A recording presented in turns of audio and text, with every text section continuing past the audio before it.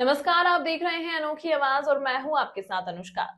मध्य प्रदेश की राजधानी भोपाल में होने जा रही ग्लोबल इन्वेस्टर समिट में आने वाले निवेशकों को कांग्रेस पत्र लिखने जा रही है। कांग्रेस प्रदेश अध्यक्ष जीतू पटवारी ने कहा कि प्रदेश में पूर्व में हुई इन्वेस्टर समिट में निवेशकों द्वारा किए गए वादों और जमीन पर उतरने निवेश के आंकड़ों को निकाला है। कांग्रेस निवेशकों से सवाल पूछेंगे कि उनके द्वारा पहले क्या क्या वादे किए गए और उनमें से कितने वादे पूरे हुए। निवेशक सिर्फ सरकार की वाहवाही करने न जाएं। जीतू पटवारी ने कहा कि प्रदेश में निवेश आए हैं, रोजगार बढ़े। कांग्रेस भी इस मामले को लेकर सकारात्मक है।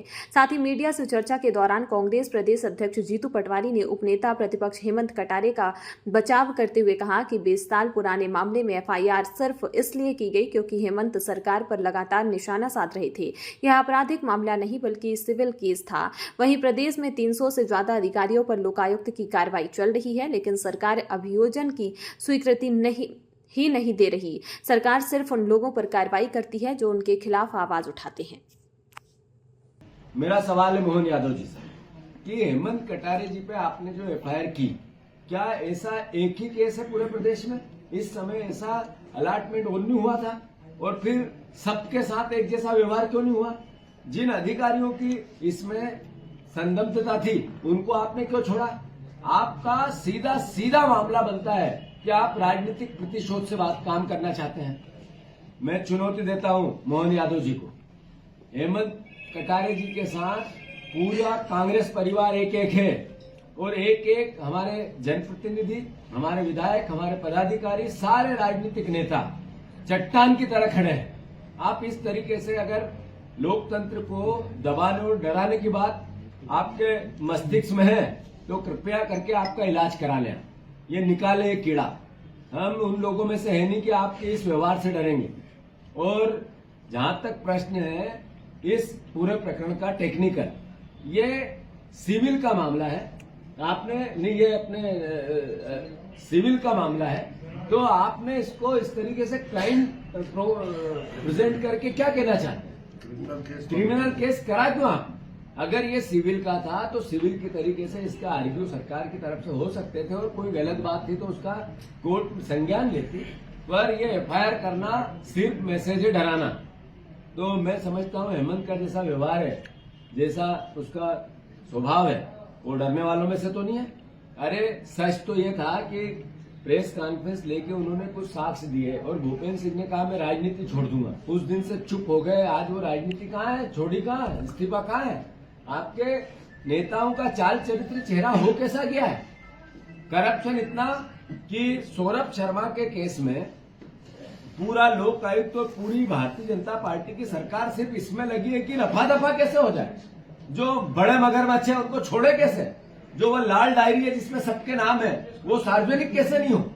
अरे आपने 20,000 करोड़ रुपए पिछले सरकार आपकी बनी जब से आप हर 5 साल में घपला करते हो, चोरी करते हो, डकैती करते हो। सारे नेता आपके, सारों नेताओं की जो 20 साल में पावर में रहे, अगर उनकी बैलेंस शीट चेक की जाए तो सब 500 गुना, 1000 गुना बढ़ी है।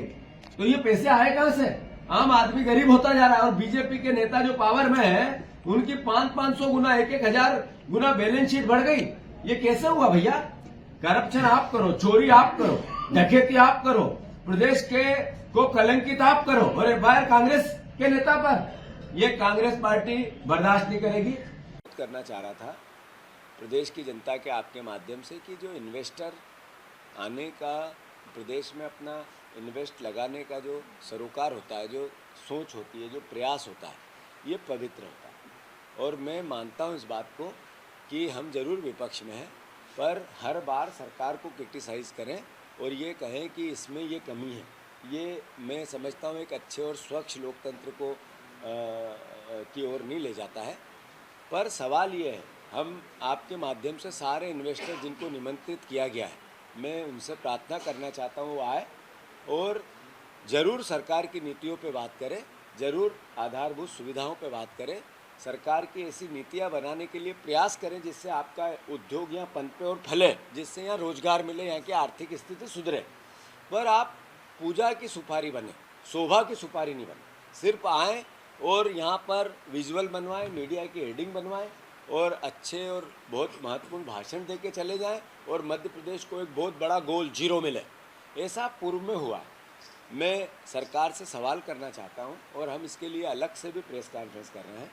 हमने सारी इन्वेस्टर मीट जिसमें जितने जितने अलग अलग तरीके से कौन कौन इन्वेस्टर आए और उन्होंने क्या क्या वादे किए थे और फिर उन वादों को पूरा नहीं किया या वो ज़मीन पे नहीं उतरे, उन इन्वेस्टरों से सवाल पूछेंगे कि आप फिर आ रहे हो, फिर पहले जैसे हेडिंग बना के जाओगे, मध्य प्रदेश की जनता ये बर्दाश्त नहीं करेगी। तो मेरा आग्रह है उनसे, वो आए, हम सकारात्मक मध्य प्रदेश उनको देना चाहते हैं, पर आके सिर्फ सरकार की वाहवाही करें, ब्रांडिंग करें और झूठ बोल के चले जाए, फिर मध्य प्रदेश की जनता अब नहीं ठगाना चाहती। तो इसके हम खिलाफ हैं। जहाँ तक प्रधानमंत्री का सवाल है, प्रधानमंत्री इससे पहले भी 2 इन्वेस्टर मीट में आए, उसके भी आंकड़े निकाले जा रहे हैं और उन आंकड़ों पे प्रधानमंत्री से भी सवाल पूछेंगे कि आप पहले आए थे तो आपने ये भाषण दिए थे और उसका ज़मीन पे इतना उतरा है, तो उस पर भी अलग से प्रेस लेके हम आपसे पूरी अच्छे से रिकॉर्ड के साथ, आंकड़ों के साथ बात करेंगे। मैं एक चिट्ठी लिख रहा हूँ सारे इन्वेस्टरों को कि आप सबका मध्य प्रदेश में स्वागत है। कांग्रेस पार्टी चूँकि विपक्ष का एक सबसे बड़ा दल है, हमारा भी प्रयास होना चाहिए कि मध्य प्रदेश में इन्वेस्ट आए और सकारात्मक रूप से रोजगार बढ़े और यहाँ पे उद्योग नीति फलीभूत हो। सरकार मध्य प्रदेश की है, मुख्यमंत्री मध्य प्रदेश की, हमारे भी, तो पॉजिटिविटी है पूरे केस में। और जहाँ तक सवाल आपका है कि जिस रास्ते से जाएंगे सिर्फ चेहरा चमके और बाकी पूरा शरीर गंदा रहे, ये बीजेपी का चरित्र है, ये बीजेपी का व्यवहार है, ये बीजेपी की सोच है, ये बीजेपी का काम करने का तरीका है। इसी को पूंजीवाद कहते हैं और इसी को ऐसी व्यवस्था कहते हैं कि लोगों को आंखों में धूल झोंकना, ब्रांडिंग करना। इसके हम खिलाफ हैं और सही सवाल है, ऐसा भारतीय जनता पार्टी 20 साल से कर रही है। मध्य प्रदेश की जनता भी जागे। इस खबर में फिलहाल इतना ही। अन्य खबरों के लिए देखते रहिए अनोखी आवाज।